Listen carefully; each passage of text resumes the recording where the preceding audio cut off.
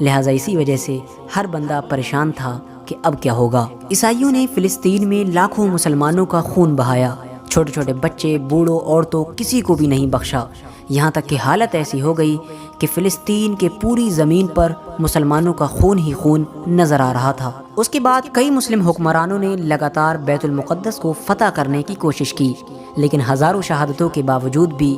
ہر حکمران ناکام رہا اور بیت المقدس پر مسلمانوں کو فتح نصیب نہیں ہو پائی۔ آخرکار ہمیشہ کی طرح وقت نے پھر سے انگڑائی لی اور پیدائش ہوتی ہے ایک ایسے شخص کی جس کا نام تھا نور الدین زنگی۔ نور الدین زنگی نے اپنی زندگی کا یہ مقصد بنا لیا تھا کہ چاہے کچھ بھی ہو جائے مجھے بیت المقدس کو فتح کرنا ہے، اور ان کے پاس ایک ایسا ممبر بھی موجود تھا جو انہوں نے یہ خواہش کر کے ہی بنوایا تھا کہ جب میں بیت المقدس کو فتح کروں گا تو اس مسجد میں اس ممبر کو نصب کروں گا، لیکن افسوس خدا تعالیٰ کو کچھ اور ہی منظور تھا۔ نور الدین زنگی کی فوج میں ایک عام سپاہی تھا جس کا نام تھا صلاح الدین ایوبی۔ دھیرے دھیرے صلاح الدین ایوبی نے اپنی ہوشیاری اور بہادری کے دم پر نور الدین زنگی کی فوج میں اعلیٰ سے اعلیٰ منصب حاصل کرنا شروع کر دیے، اور ایک وقت ایسا آیا کہ صلاح الدین ایوبی مصر کے گورنر بنا دیے گئے۔ جب نور الدین زنگی کی وفات ہوئی تو کوئی بھی ایسا قابل شخص موجود نہیں تھا کہ جو ان کی جگہ پر تخت پر بیٹھ سکے،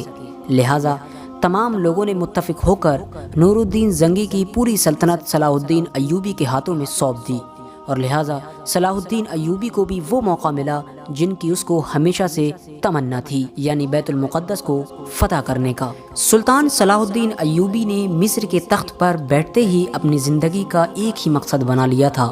اور وہ مقصد تھا بیت المقدس کو فتح کرنا۔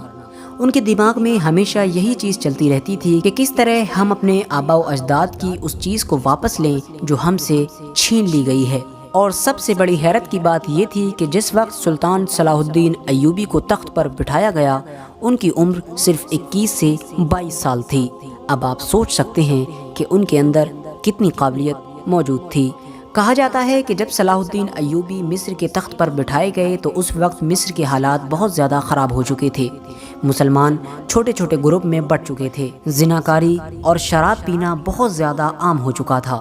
اب سلطان صلاح الدین ایوبی کے سامنے بڑے بڑے چیلنجز تھے، انہیں جہاں ایک طرف بیت المقدس کو فتح کرنے کے لیے اپنے مشن کو آگے بڑھانا تھا تو وہیں دوسری طرف شراب اور زنا جیسے بری بری چیزوں سے بھی اپنی سلطنت کو چھٹکارا دلانا تھا۔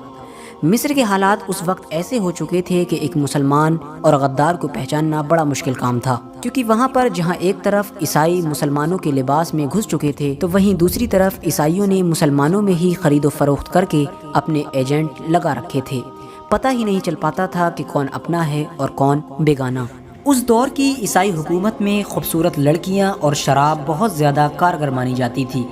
یعنی ان لوگوں کا یہ معمول تھا کہ وہ جب بھی کسی ایسے انسان کو دیکھتے تھے کہ جسے دیکھ کر انہیں یہ محسوس ہوتا تھا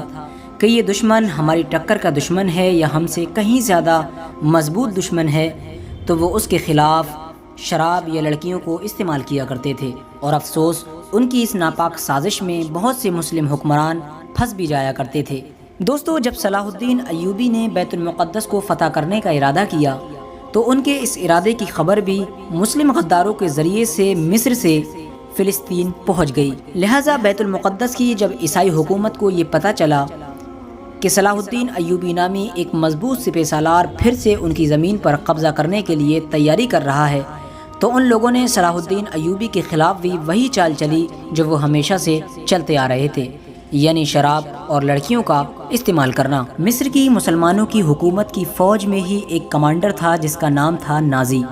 یہ دیکھنے میں تو بظاہر مسلمان تھا لیکن اندرونی طور پر پکا عیسائیوں کا ایجنٹ تھا۔ بیت المقدس کے عیسائیوں نے اس ایجنٹ کے ذریعے سے کئی بار یہ کوشش کی کہ صلاح الدین ایوبی کو شراب پلائی جائے، لہٰذا نازی نے اپنی طرف سے پوری کوشش کی کہ وہ صلاح الدین ایوبی کو شراب پلائے۔ کئی جگہ محفل میں اس نے پیشکش کی، لیکن صلاح الدین ایوبی نے اس کی اس چال کو اپنے سامنے ذرہ برابر بھی ٹکنے نہ دیا۔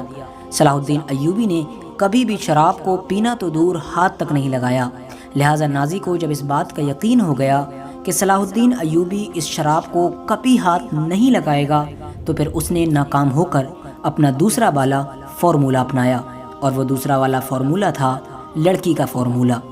لہٰذا اس نے ایک رات ایک بہت زیادہ خوبصورت لڑکی کو اپنے کام کے لیے راضی کر لیا۔ اس خوبصورت لڑکی کو راضی کرنے کے بعد وہ نازی جنرل جو عیسائیوں کا ایجنٹ تھا وہ حضرت سلطان صلاح الدین ایوبی کے پاس گیا اور اس نے سلطان سے کہا کہ سلطان، ایک لڑکی آئی ہے جو بہت دور سے سفر طے کر کے آئی ہے اور وہ آپ سے ملنا چاہتی ہے اور وہ بہت پریشان ہے۔ سلطان صلاح الدین ایوبی نے کہا اگر ایسی بات ہے تو بالکل اس لڑکی کو جلد از جلد اندر بلا لیا جائے،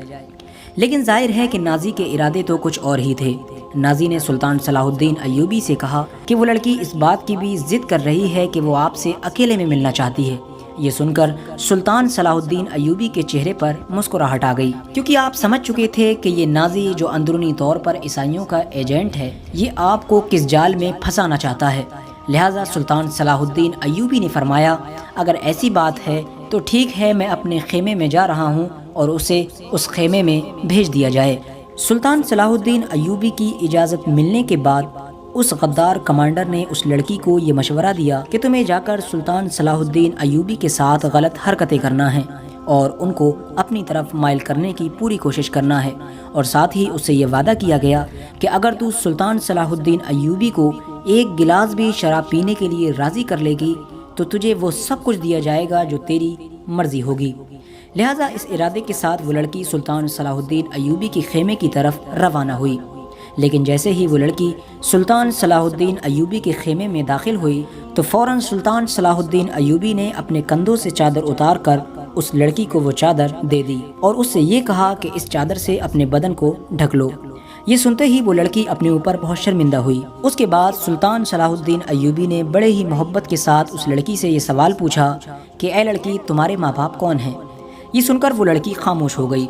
کیونکہ ظاہر ہے کہ اسے یہ خبر نہیں تھی کہ اس کے ماں باپ کون ہیں، کیونکہ اس وقت عیسائی حکومت کے لوگ یتیم بچوں کو قیدی بنا لیا کرتے تھے اور ان میں سے جو بھی خوبصورت لڑکیاں ہوا کرتی تھیں ان کی بچپن سے ہی اسی کام کے لیے پرورش کیا کرتے تھے۔ اس کے بعد وہ لڑکی سسک سسک کر رونے لگی اور حضرت سلطان صلاح الدین ایوبی سے کہنے لگی کہ ان لوگوں نے مجھے آپ کے ساتھ غلط کام کرنے کے لیے بھیجا تھا۔ یہ سن کر سلطان صلاح الدین ایوبی کے چہرے پر مسکراہٹ آئی اور آپ نے اس لڑکی سے فرمایا جاؤ اور اپنے سرداروں سے کہنا کہ تم نے مجھے جو کام سونپا تھا میں نے وہ کام کر دیا ہے۔ اس لڑکی نے جا کر اپنے سرداروں سے یہی کہا اور اس لڑکی کی یہ بات سن کر تمام عیسائی لوگ خوش ہو گئے۔ انہیں یہ لگا کہ شاید وہ اپنے مشن میں کامیاب ہو گئے۔ اگلی صبح ہوتے ہی نازی کمانڈر یعنی جو عیسائیوں کا آدمی تھا اور مسلمانوں کی فوج میں رہا کرتا تھا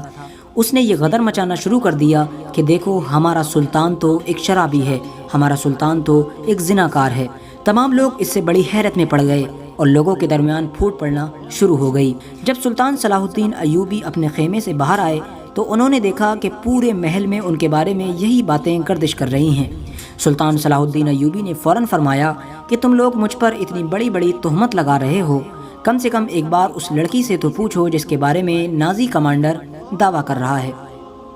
لہٰذا اس لڑکی کو بلایا گیا۔ اس لڑکی نے تمام لوگوں کے سامنے یہ جواب دیا کہ قسم ہے مجھے اس خدا کی جس کو میں مانتی ہوں، میں نے اپنی زندگی میں سلطان صلاح الدین ایوبی سے زیادہ شریف اور نیک شخص نہیں دیکھا ہے، کیونکہ رات بھر میں ان کے خیمے میں رہی، اس کے باوجود بھی سلطان صلاح الدین ایوبی نے کوئی غلط کام کرنا تو دور میری طرف غلط نگاہ سے بھی نہیں دیکھا۔ لہٰذا جب لڑکی نے یہ جواب دیا تو تمام لوگوں کے سامنے اس نازی کمانڈر کی کرکری ہو گئی اور اس کا منہ کالا ہو گیا۔ عیسائیوں کی جب یہ لڑکی اور شراب دونوں سازشیں ناکام ہو گئیں تو اس کے بعد بھی انہوں نے مسلسل سلطان صلاح الدین ایوبی کے خلاف سازشیں جاری رکھیں، لیکن وہ ہر سازش میں ناکام ہوئے جاتے تھے۔ لہٰذا اب ان لوگوں کو ڈر ستانے لگا تھا کہ آخر سلطان صلاح الدین ایوبی سے کیسے نپٹا جائے، ورنہ ایک دن وہ آئے گا کہ یہ بیت المقدس کو ہمارے ہاتھوں سے چھین لے گا۔ آخرکار جب سلطان صلاح الدین ایوبی نے مصر کی تمام مصیبتوں سے چھٹکارا پا لیا اور مصر میں اپنی سلطنت کو بہت زیادہ مضبوط کر دیا تو پھر انہوں نے بیت المقدس کے راستے پر روانہ ہونے کا ارادہ کیا۔ بالآخر سلطان صلاح الدین ایوبی اپنی فوج کے ساتھ بیت المقدس کو فتح کرنے کے لیے مصر سے نکل پڑے۔ سلطان صلاح الدین ایوبی اور ان کی فوج کے لوگوں میں جہاد کا جذبہ کوٹ کوٹ کر بھرا ہوا تھا اور ان لوگوں کی زندگی کا صرف ایک ہی مقصد تھا، بیت المقدس کی فتح۔ اور پھر ہتین کے میدان میں عیسائی اور مسلمانوں کی فوجیں آمنے سامنے ہوئیں۔ بہت خطرناک جنگ شروع ہوئی۔ جس میں مسلمانوں کی فوج نے عیسائیوں کی فوج کا صفایا کرنا شروع کر دیا۔ سلطان صلاح الدین ایوبی کی خوخار فوج ظالم فوج کا صفایا کرتے ہوئے بیت المقدس کی طرف اپنے قدم دھیرے دھیرے بڑھا رہی تھی،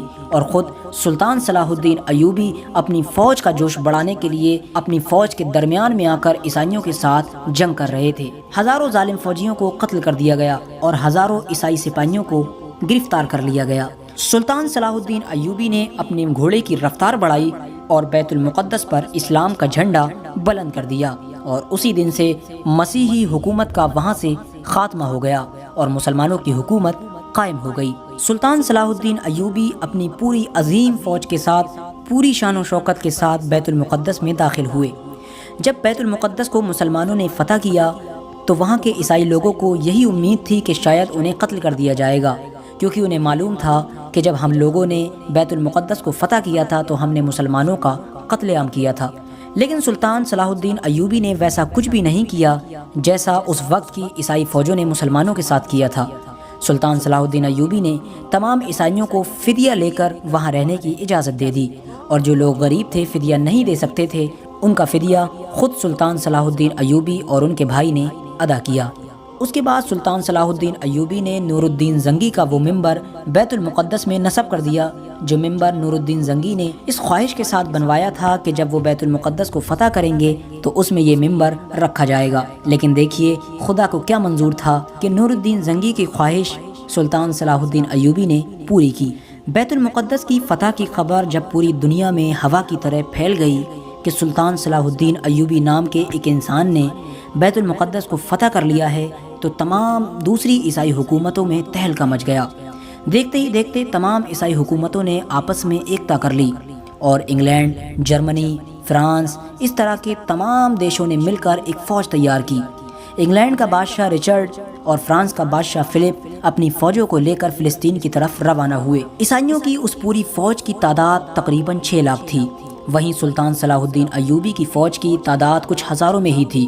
لیکن اس کے باوجود بھی مسلسل سلطان صلاح الدین ایوبی تقریباً 3 سے 4 سال تک لگاتار اس فوج کا مقابلہ کرتے رہے۔ آخرکار عیسائی فوجوں کو یہ لگنے لگا کہ انہیں اب کچھ ہاتھ نہیں آنے والا ہے، تو انہوں نے سلطان صلاح الدین ایوبی سے صلح کر کے واپس جانے کا ارادہ کر لیا، اور آخرکار اس طرح سے سلطان صلاح الدین ایوبی نے پوری دنیا میں یہ ثابت کیا کہ وہ اپنے دور کے سب سے مضبوط، سب سے بہادر اور سب سے ہوشیار سپہ سالار ہیں۔ سلطان صلاح الدین ایوبی ایک بہادر اور نڈر جنگجو ہونے کے ساتھ ساتھ بہت نیک دل انسان بھی تھے۔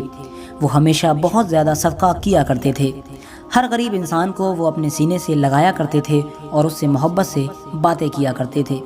وہ اپنی سلطنت میں ہمیشہ ان لوگوں سے ملنا زیادہ پسند کیا کرتے تھے جو غریب اور کمزور ہوا کرتے تھے۔ انہوں نے اپنی زندگی میں جو بھی روپیہ کمایا اس کا زیادہ تر حصہ انہوں نے صدقہ ہی کر ڈالا۔ ان کے پاس کبھی اتنا پیسہ بھی جمع نہیں ہو پایا کہ وہ حج کا فریضہ ادا کر سکیں۔ ان کی ہمیشہ سے یہ خواہش تھی کہ وہ ایک بار حج ضرور کریں، لیکن وہ جنگوں میں اتنا زیادہ مصروف رہے کہ انہیں اس چیز کا موقع بھی نہیں مل سکا، اور دوسری وجہ یہ بھی تھی کہ ان کے پاس اتنا پیسہ ہی جمع نہ ہو پایا کہ ان کے اوپر حج فرض ہو سکے۔ آپ مسلم اور غیر مسلم ہر ایک سے برابری کے ساتھ ملا کرتے تھے، لہٰذا آپ کی یہ نرمی اور آپ کی یہ دریا دلی کی ہی وجہ تھی کہ تمام عیسائی لوگ بھی آپ کی آج بھی بہت زیادہ تعریفیں کیا کرتے ہیں۔ سلطان صلاح الدین ایوبی کی نیک دلی کا صرف ہم اس بات سے اندازہ لگا سکتے ہیں کہ جب آپ کی وفات ہوئی تو آپ نے اپنی نسلوں کے لیے وراثت میں کچھ بھی نہیں چھوڑا تھا۔ آپ کے مرنے کے بعد آپ کی وراثت میں صرف ایک گھوڑا، ایک تلوار، ایک زرہ، ایک دینار اور صرف 36 درہم تھے، اور ان تمام چیزوں کی قیمت ملا کر بھی اتنی قیمت نہیں بن پائی تھی کہ اس قیمت کے ذریعے سے آپ کی تدفین یعنی آپ کو دفنایا جا سکے۔ لہٰذا آپ کے دفنانے کا خرچہ بھی اس وقت کے خلیفہ نے اٹھایا تھا۔ اب آپ خود سوچ سکتے ہیں کہ جس شخص نے پوری زندگی بھر سلطنت کی، اس کے باوجود بھی اس نے اپنے لیے اتنا پیسہ بھی نہیں بچایا کہ جس پیسے کے ذریعے سے صرف اس کی تدفین ہی کی جا سکے۔ لہٰذا یہ تھے ہمارے اصل ہیرو کہ جن کی زندگی یقیناً ہمارے لیے ایک آئیڈل ہے۔ تو فرینڈس کتنا اچھا ویڈیو میں بتائے ہیں، ہسٹری ہے یہ سلطان صلاح الدین کی، یہ واقعہ ہے، ان کی کہانی ہے کہ کیسے